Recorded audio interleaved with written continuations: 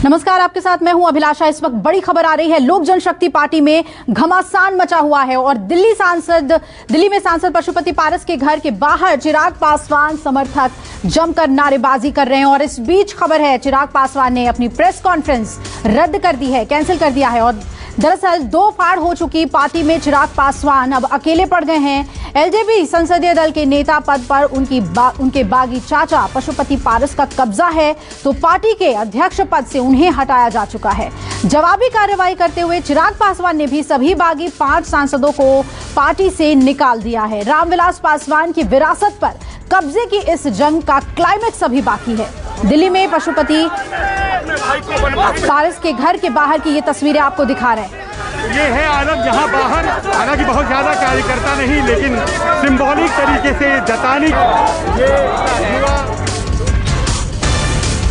जनशक्ति party का आपसी विवाद किस तरह से फूटकर सड़कों पर आ गया है, उसका नज़ारा दिल्ली के राजेंद्र प्रसाद रोड पर दिखाई पड़ रहा है। और ये नज़ारा यहाँ आप देखिए कि पशुपति पारस के घर के बाहर यहाँ पर लोग खड़े प्रोटेस्ट करते हुए। बताइए क्या नाराजगी है पशुपति पारस से? सर, नाराजगी ये है जो कि चिराग पासवान जी को जब रामविलास पासवान जी ने नेतृत्व करने की जिम्मेदारी दी सारी चीजों, और आज तक परिवार को जोड़ने का काम किया चिराग पासवान जी ने, तो उनको डायरेक्ट बाहर का रास्ता दिखाकर पार्टी पे अपना हाथ जमाने की कोशिश जो आज के डेट में पारस जी कर रहे हैं, ये बिल्कुल गलत बात है। आज के डेट में और शुरू से लेकर आज तक एक रामविलास पासवान जी ने पारस जी से लेकर प्रिंस पासवान जी को बच्चे तरीके से माना, और आदरणीय उनकी मां रीना पासवान जी ने भी घर के पूजनीय लोगों को साथ दिया और घर को एकजुट लेकर चलने की कोशिश की। आप देखा होगा कि कल उन्होंने एक चिट्ठी भी साझा की अपने ट्विटर के माध्यम से, जो महत्वपूर्ण जानकारी यही मिल रही थी कि वो अपने परिवार को जोड़ के चलने की कोशिश कर रहे थे, मगर ऐसा करने नहीं दिया गया, इसलिए कि सब अपनी राजनीति चमकाना चाहते हैं, सबको अपनी वो है। ये विरोध है। देखिए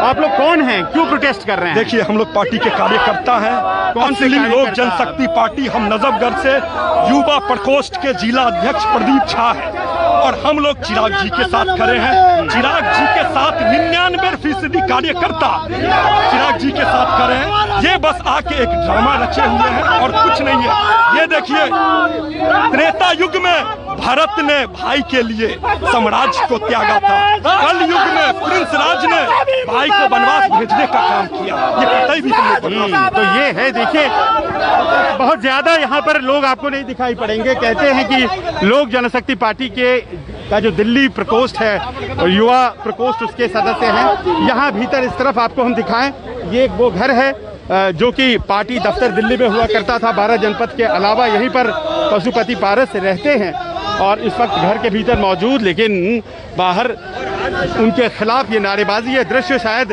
रामविलास पासवान की मौजूदगी में नहीं होता, लेकिन आज उनके जाने के बाद पार्टी की फूट सड़कों पर इस तरह से दिखाई पड़ रही है। संजीव त्रिवेदी, न्यूज़ 24 दिल्ली। और आइए अब जानते हैं कि एलजेपी में चाचा भतीजे की लड़ाई कहां तक पहुंची है। तो पासवान खानदान की लड़ाई बंगले से निकलकर सड़क पर आ गई है और पशुपति पारस के घर के बाहर प्रदर्शन, चिराग के समर्थक की पारस के खिलाफ नारेबाजी साफ तौर पर देखने को मिल रही है। और पटना में भी पारस समर्थकों ने पार्टी दफ्तर पर वहां कब्जा कर लिया और पारस के पटना में कल पार्टी की ही एक बैठक करेंगे। और चिराग पासवान ने हालांकि यहां दिल्ली में प्रेस कॉन्फ्रेंस रद्द कर दी है और चिराग ने 5 सांसदों को पहले निलंबित कर दिया, जबकि जिसमें कि पशुपति पारस, प्रिंस राज, महबूब अली कैसर निलंबित हैं और चंदन सिंह और वीणा देवी भी इसमें शामिल हैं।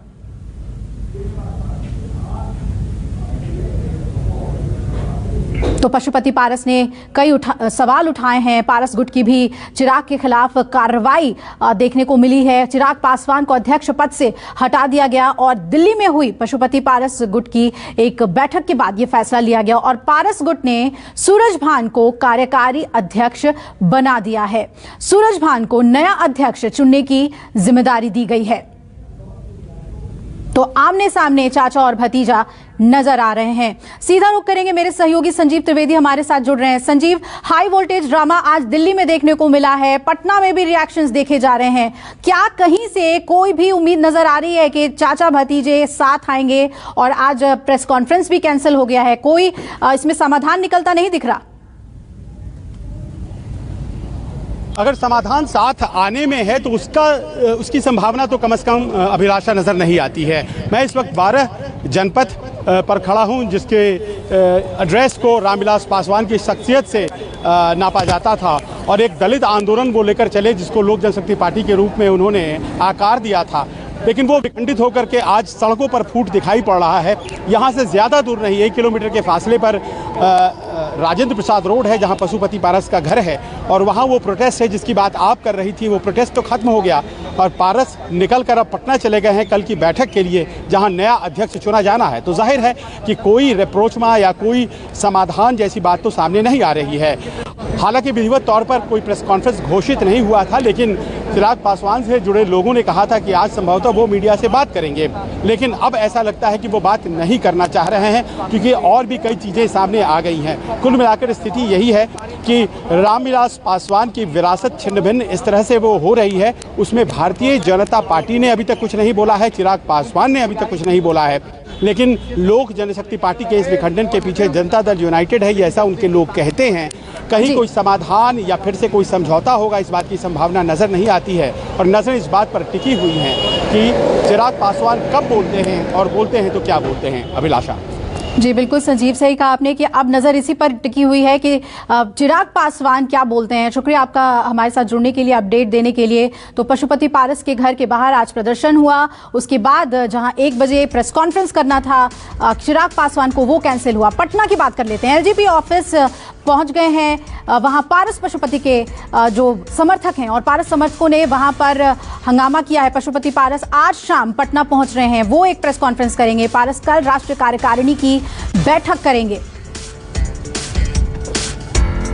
भाजपा के अंदर नेतृत्व को लेकर जंग लगातार जारी है। इस वक्त मैं मौजूद हूँ बिहार की राजधानी पटना के लोजपा कार्यालय के सामने। आप देख सकते हैं कल जो नज़ारा था आज बिल्कुल अलग है। कल यहाँ पर जितने भी सांसद थे उनके बैनर जो पोस्टर थे उन पर कालिख पोती गई थी, लेकिन आज सभी पोस्टर को यहाँ पर हटा दिया गया है और जो पशुपति पारस का जो नेम प्लेट था उसको भी साफ कर दिया गया है। कल इस नेम प्लेट पर कालिख पोती गई थी, लेकिन आज इस नेम प्लेट को बिल्कुल साफ कर दिया गया है और यहाँ पर एक बड़ा सा पोस्टर लगाया गया है और यह पोस्टर पे लिखा हुआ है कि श्री पशुपति कुमार पारस जी माननीय सांसद हाजीपुर को संसदीय दल का नेता चुने जाने पर हार्दिक बधाई। यह सारा जो समर्थक हैं यानी पशुपति पारस के जो समर्थक हैं उन्होंने यह ऐसा किया है। सबसे बड़ी बात है कि कल इस कार्यालय पर चिराग पासवान के जो समर्थक थे उनका कब्जा था, लेकिन आज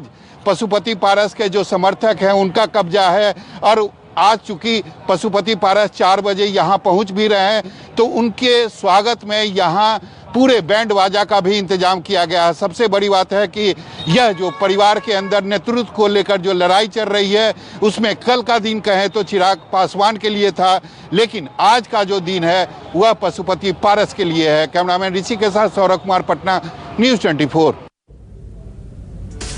और इस प्रकरण से जुड़ी हुई बड़ी खबर आपको बता दें कि पशुपति पारस दिल्ली से पटना के लिए रवाना हो गए हैं। सौरभ मेरे सहयोगी बता रहे थे कि आज का दिन पशुपति पारस का है, कई फैसले उनको लेने हैं और अध्यक्ष पद के चुनाव के लिए बताया जा रहा है कि पटना का रुख कर दिया है पशुपति पारस ने।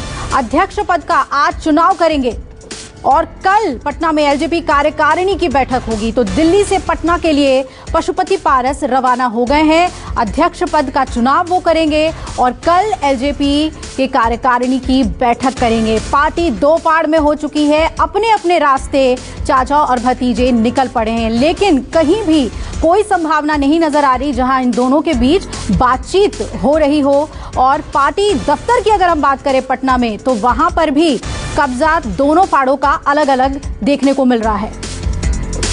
पटना जाने का प्रयोजन क्या है सर?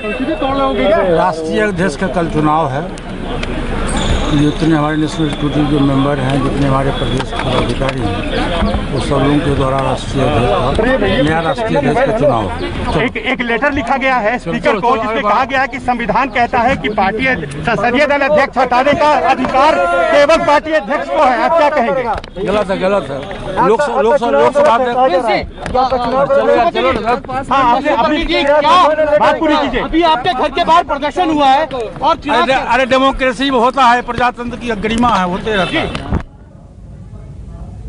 तो ये पटना के लिए रवाना होते हुए आपने इंटरव्यू सुना जिसमें जो कॉन्स्टिट्यूशन उसका हवाला दे रहे थे पशुपति पारस। अब हम रुक कर लेते हैं पटना का। सौरभ वहां पर मौजूद है, नजर बनाए हुए हैं। सौरभ, आपने कहा कि आज का दिन तो पशुपति पारस का है, कई अहम फैसले उनको लेने हैं, लेकिन क्या एलजेपी का जो संविधान है, जो कॉन्स्टिट्यूशन है, वो उसका अधिकार उनको देता है?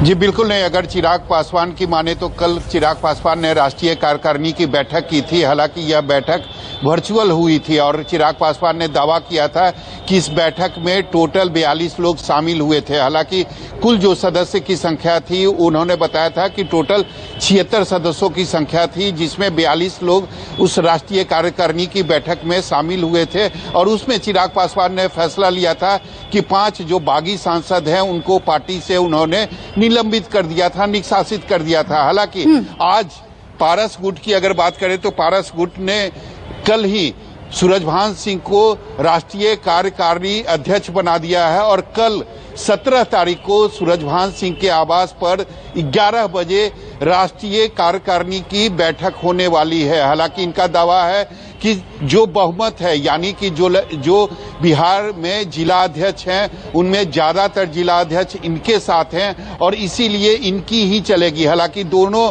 अपने अपने तरीके से चुनाव आयोग को लेटर दे चुके हैं और दोनों ने कहा है कि पार्टी पर हक हमारा है। हालांकि अब चुनाव आयोग क्या फैसला लेता है यह देखने वाली बात होगी, लेकिन कल पारस गुट 11 बजे राष्ट्रीय कार्यकारिणी की बैठक करेंगे और उसमें फिर से राष्ट्रीय अध्यक्ष का चुनाव किया जाएगा। जी